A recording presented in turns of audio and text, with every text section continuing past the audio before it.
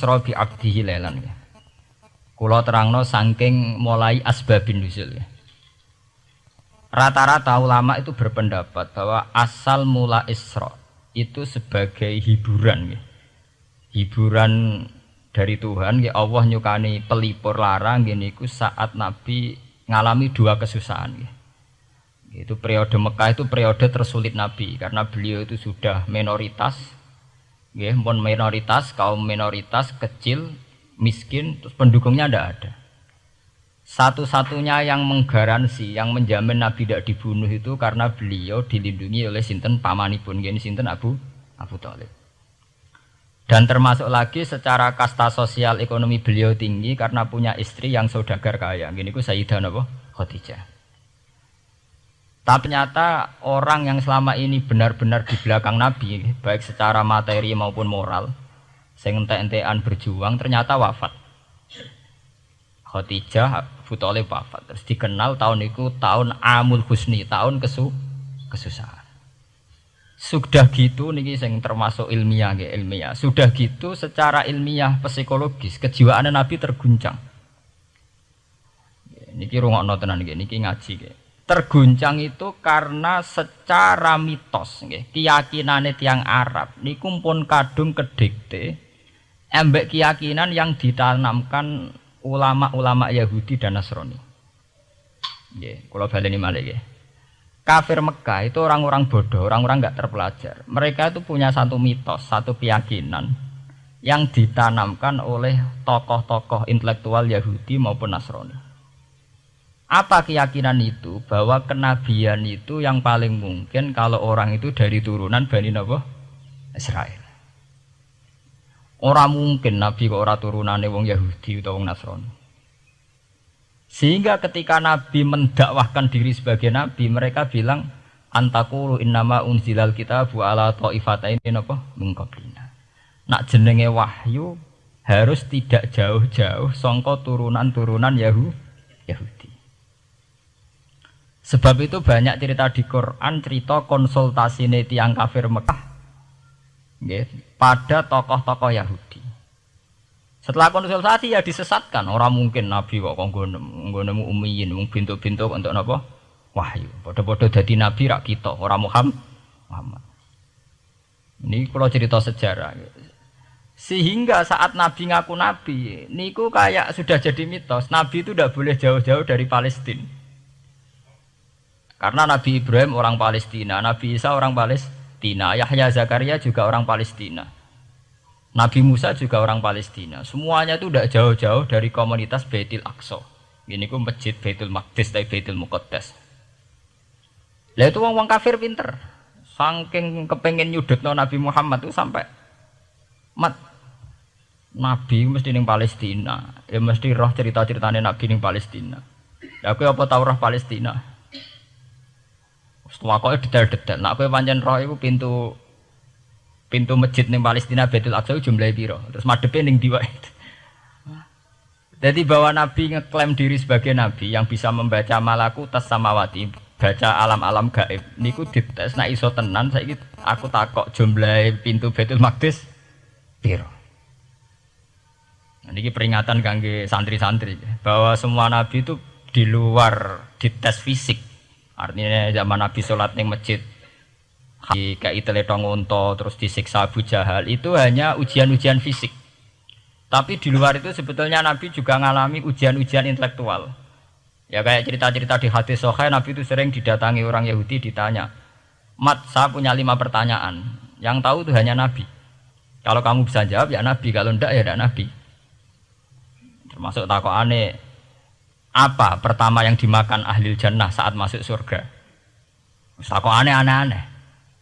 Terus kenapa anak itu kok kadang mirip bapaknya, mirip ibunya?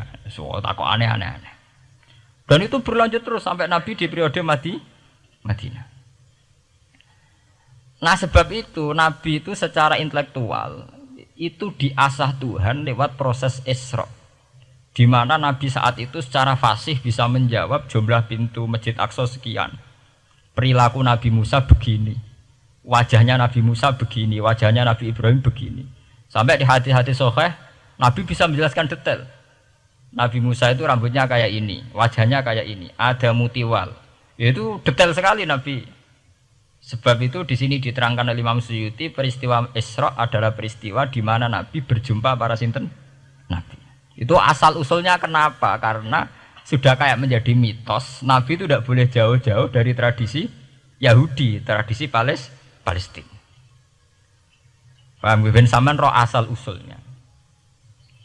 Tapi kemudian asal usul itu sebetulnya hanya sementara, hanya permainan politik. Sampean ben roh sejarah, permainan politik, manipulasi politik. Sebetulnya Nabi itu ya tidak jauh-jauh dari beliau adalah keturunan Israel. Israel itu bukan menunjuk sebuah negara loh, sampean pun salah paham. Israel dalam bahasa Quran itu menunjuk auladi Yakub. Israel menjadi negara kan baru kemarin setelah diberi kemerdekaan Inggris, paham ya? Israel sebagai negara kan baru apa? Kemarin. Sehingga istilah Israel di Quran maupun di hadis adalah menunjuk auladi Yakub. So intinya di antara anak Nabi Yakub ono jenenge Yahuda. Yahuda di turunan-turunan itu Bani Yahuda niku diarani Bani napa? Israel. Ternyata setelah dirunut Nabi Muhammad itu ada beda jauh dengan keluarga Israel. Karena Nabi adalah turunannya Nabi sinten Ibrahim. Oke. Nabi Ibrahim niku gada putra kalih sing gada turunan gini ku Ishak kalian Ismail. Ismail kalian Nabi Ibrahim disalap teng Mekah.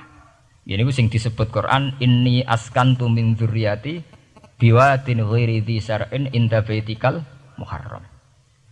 Terus saking Nabi Ismail nurun-nurun ngantos Sayyid Adnan.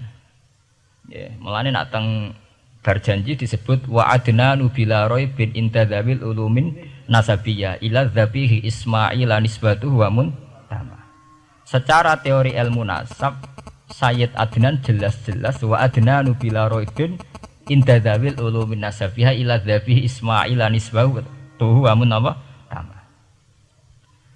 Tapi yang menjadi masalah, yaitu tadi saya sudah bilang, seakan-akan Nabi Muhammad itu orang yang benar-benar berbeda dari dinasti itu, dari keturunan itu. Karena orang Yahudi, orang kafir Mekah di kepentingan menggagalkan kenabian Muhammad, sehingga dilecehno Muhammad bin Abi Kabsah. Oh Muhammad yang cilik di rumah tukangan wedes.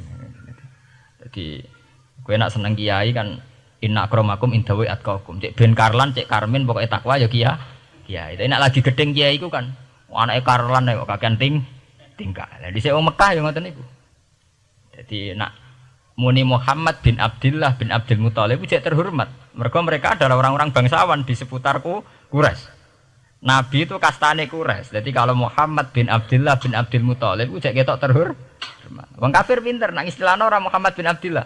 Muhammad bin Abi Kabsah, mereka cilik Nabi tahu di rumah, cara kene ya Karlan yang penjuru desa. Mulane Nabi tahu angon wedhus, mereka tahu de bapak angkat sing tukang napa? Wedhus. Lah wong Mekah pinter, dididik wong Yahudi. Kena istilahnya aja Muhammad bin Abdullah bin Abdul Muthalib, iku cek kekerenan, terlalu napa? Keren. Jadi Muhammad bin Ibnu Abi Kabsah. Di wong nak seneng Pak Harto kan Soeharto jenderal besar. Nek sing gedeng wong kemusuk kan terus repot ya. Oh, terus nyebut desa asli ini asal nak seneng bupati ya jadi bupati orang nomor 1 di Bojonegoro nak gedeng golekno asal usule sing ngoten mun sunatullah mulai riyen sampai kiamat ya sunatullah lihat ikut kelas napa mengkobel walanta jadi sunnatil lain napa tabdila ya akan begitu. Nah sehingga peristiwa Isra itu satu peristiwa rohani ya. Selain peristiwa rohani nanti akan diwajibkan sholat, juga ada peristiwa intelektual, ada pengajaran intelektual bahwa semua nabi itu harus punya tradisi yang sama, punya karakter yang sama. Jika nabi dalam proses Isra itu dipertemukan dengan Nabi Ibrahim, Nabi Musa, nabi-nabi yang lain. Dan diskusi di situ juga ada diskusi-diskusi. Paham ya? Niki penting ya, penting kalau terangaken karena kalau tanpa tradisi yang berkelanjutan ya, sing disebut tenggene thariqah jenenge as-sanad al-mu'tabar, sanad sing mu'tabar utawi nak tenggene pondok-pondok kitab disebut sanad sing muttasil. Ini nanti semua tradisi kenabian akan melenceng. Kalau melenceng itu ngeri. Karena setiap orang mesti gada subjektivitas sendiri, punya versinya sendiri.